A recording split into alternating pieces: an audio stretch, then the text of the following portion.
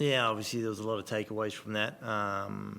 We sort of were chasing our tails from the start. They capitalised on every mistake. Anytime we sort of missed a rotation, they scored out of it. If we turned the ball over, they scored out of it. And if we gave up the offensive rebound, felt like they scored out of it. So, full credit to Adelaide. Every time, again, there was a subtle error, they seemed to capitalise, and we were just constantly trying to chase our tails. Obviously, Bryce will grab the headlights with his scoring performance. Clearly found it tough out there to guard him, as per usual for an MVP caliber player. Yeah, we started off good, and then we were late to the on balls, and then the problem was we were jumping at shadows, and now Bryce is able to make passes because he's such a willing passer out of that action. That now guys like Cameron are getting looks.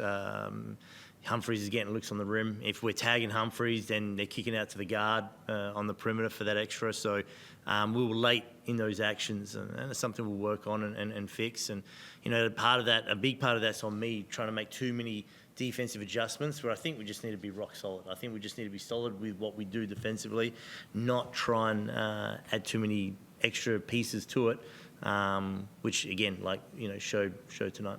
So quiet night for Jack scoring wise. Do you put that down to good defensive, adjustments from Adelaide, maybe some fatigue? What does it kind of come down to from your perspective? Oh, probably all the above. Again, you don't want to make excuses, but in Jack's case, for example, it's 3 games in 7 days, and I think he's played close to 100 minutes, right? So, fatigue would definitely be an issue. I think we can wash this for Jack as a bad game. We're trying to force it probably one too many times, and we'll sit with Jack and review it. And the moment he sort of gets into that kill box type position, Adelaide will send in 3 guys, and so we'll do a better job as a team to find options to make him pass out of it, and work in progress. See, Marcus struggled with his fouls last time here, and then obviously picked up the free for kind of midway through the second quarter. Was that an issue? Was that a concern for you? And how did you feel about how he responded in that second half? Yeah, again, because I think his second one, when we had to sub him out in the first, for the most part, we were doing a pretty solid job. Again, there was definitely a couple of errors, but I think for the first 5.5, 6 minutes, when you take away some of the things we could have fixed on the offensive end, it's a 1 possession game. We sub Marcus out, and then suddenly, they finish out the quarter scoring 36. So, especially with Wardenberg out for this stretch, we're very reliant on Marcus to be available. So that's something we'll continue to work with him on.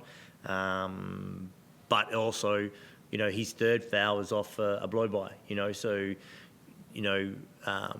defensively, there's a responsibility that everybody has to be held accountable for in that position. When Marcus sort of anchors the defence, he can be left in a tricky spot sometimes, and so we've got to do a better job of supporting him. You alluded to his influence on the game clearly with how kind of things changed when he came off the court. What did you make of offensively? Obviously, he scored a lot of points, and it seemed like the 2-man action with him and Andrews was working really well. Yeah, and again, we don't just want to come into that 2-man action. The ball's stuck. The ball's stuck multiple times. And even when we tried a couple of different sets, we would do some things off the ball, we do some things with the ball. It would work good for maybe 1 or 2 sequences. Adelaide would do something to sort of get a bit of a run, and then we try to get him to a foot race with him. The reality is I think we have to be more of a half-court team this year. We've got to be a bit more selective with our shots and getting through some actions. And so, when we tried to get into this running race with Adelaide, obviously they capitalised on it, and we were on the poor end of it. How was the morale throughout the game? You guys just had a really good weekend, Cairns was behind you, and then that was a pretty tough game to face the table. How was the ending? Yeah, we addressed it at half-time. It's all of us in the first half were, let's say, for example, really getting annoyed with some of the officiating, right? And so the message at halftime was we can't get too caught up on that. When we talk about energy, that's not where we want to spend energy on. Because again, we talk about that like the Sydney games and so forth, you know, you can challenge the calls that are made. You can't challenge the calls that aren't made. So there's nothing we can do about it. You sort of have to, you know, put that energy elsewhere. And so they did a better job, especially in the third. But one of the things too, right, was, you know, again, we get rebounds and then they fumble out of bounds. And, you know, you can next possession, you know. But again, it chips away at the group, you know, because it's an unforced error. It's something we can fix. We'll build mental resilience through the reps that we put it together on the training floor in the games. But it's really important. Like, we have to move on to that next possession. So, you know, you fumble and turn it over, or you get stolen from behind and they come down and score out of it. The energy we can spend in that next possession is going to be important, and that's probably something we're going to really work on. Chris on Zoom. Yeah, just quickly, Forde.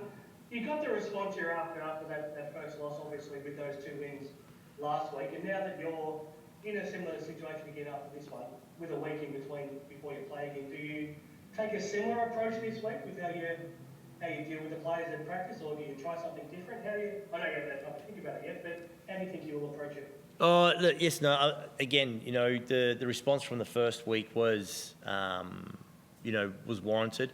I think this one, again, you sort of have to factor in some outside influences that, you know, it's been a long week. You know, we've now played more games, you know, than in this week than some teams have played all season. So, I don't think I need to remind these guys in a sense of how to play hard or what needs to get done on the training floor.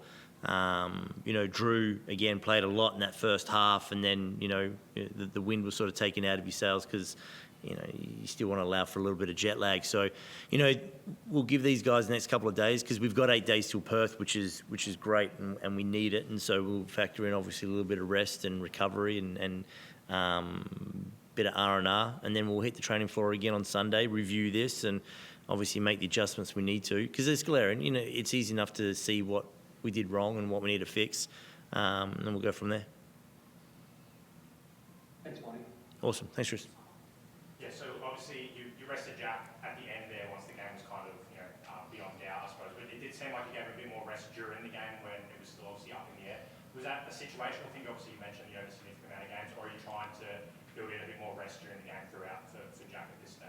No, again, I think, like, Jack played tired today, and that was, you know, he put his heart and soul into those games, you know, the last 2 games, and he was putting whatever he had left in the tank.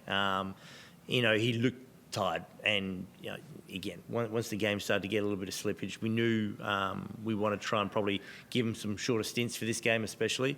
But once the game was out of reach, there was no point being a dead horse and giving this time to obviously recharge and come back with another big one for next week. Awesome. Thank you. Appreciate it. Thank you.